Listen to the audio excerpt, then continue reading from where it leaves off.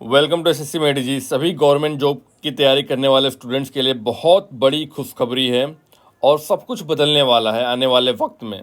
और इसका एक कारण है लोगों की ताकत। इसे ही कहते हैं रियल डेमोक्रेसी। अगर आप रियल डेमोक्रेसी हमारे देश में आ जाए तो हर चीज़ इन नेताओं को बदलनी ही पड़ेगी।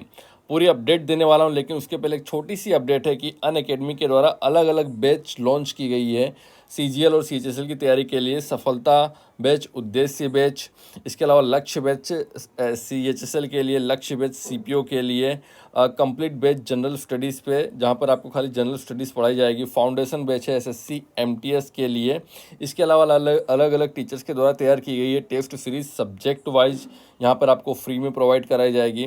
रेस अ हैंड फीचर है कि लाइव क्लास के दौरान आपको कोई भी डाउट आता है तो अपना हाथ ऊंचा करके आप क्वेश्चन पूछ सकते हैं।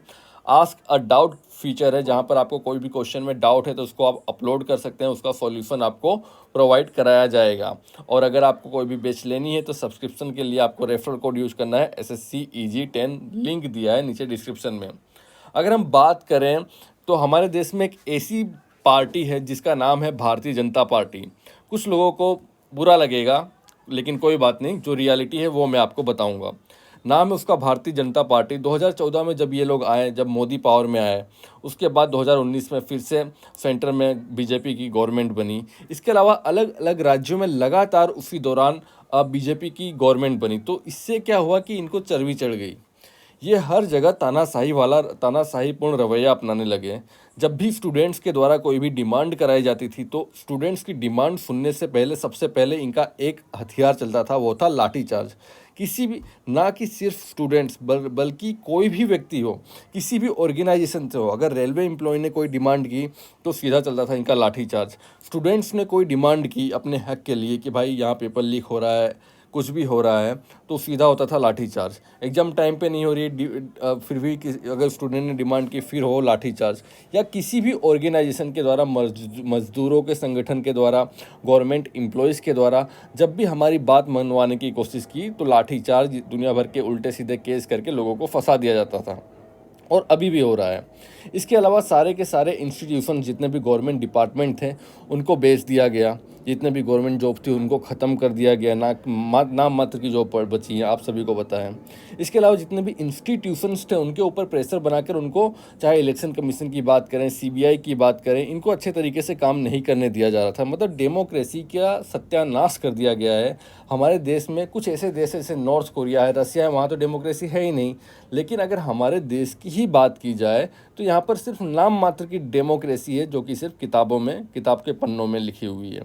तो इस तरह से जो अत्याचार बढ़ता जा रहा है, तो हालांकि अब देखते हैं कि अलग अलग राज्यों में किसकी गवर्नमेंट बनती है, लेकिन कुछ साल पहले ही एक ऐसा ही अत्याचारपूर्ण सरकार का रवैया था, एक अत्याचारपूर्ण डिसीजन लिया गया था, जहां पर सरकार ने क्या किया था कि जो ओल्ड पेंशन स्कीम थी उसको ख़त्म कर दिया गया था कि अब रिटायरमेंट के बाद आपको पेंशन नहीं दी जाएगी सारे गवर्नमेंट एम्प्लॉयज़ को।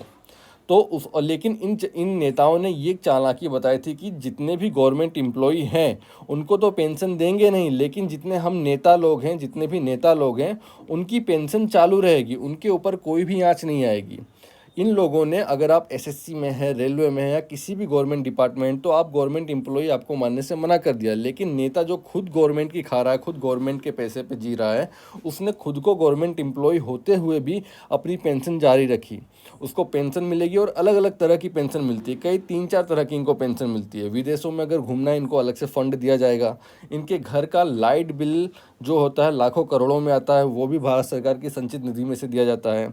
ये जो अपने लिए एडवर्टाइजमेंट करते हैं वो भी इनको पूरा भारत सरकार के द्वारा दिया जाता है। मोदी की लंबी लंबी रैलियां होती हैं, ये भी इनको भारत सरकार की संचित निधि में से पैसे दिए जाते हैं। और भारत सरकार की जो संचित निधि है ये कुछ और नहीं बल्कि हमारे और आपके द्वारा दिया गया टैक्स है, जो हम टैक्स भरते हैं। अगर हम एक पेन भी खरीदते हैं तो उस पर भी हम टैक्स भरते हैं।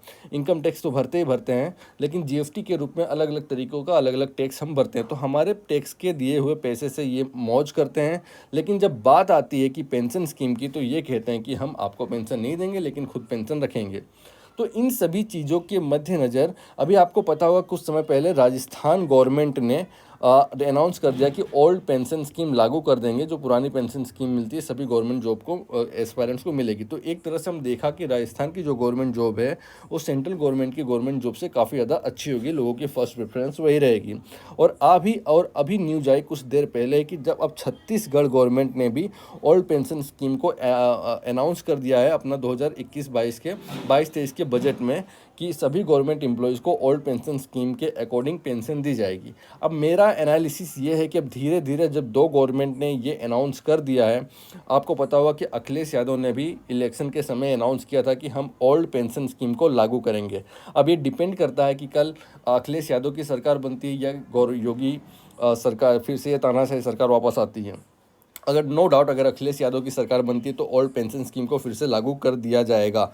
लेकिन यहाँ पर बात यह है कि जब दो स्टेट गवर्नमेंट ने ओल्ड पेंशन स्कीम को लागू कर दिया है, तो चाहे या ना चाहते हुए जो अदर स्टेट गवर्नमेंट है वो भी धीरे धीरे इस पेंशन स्कीम को लागू करेंगी।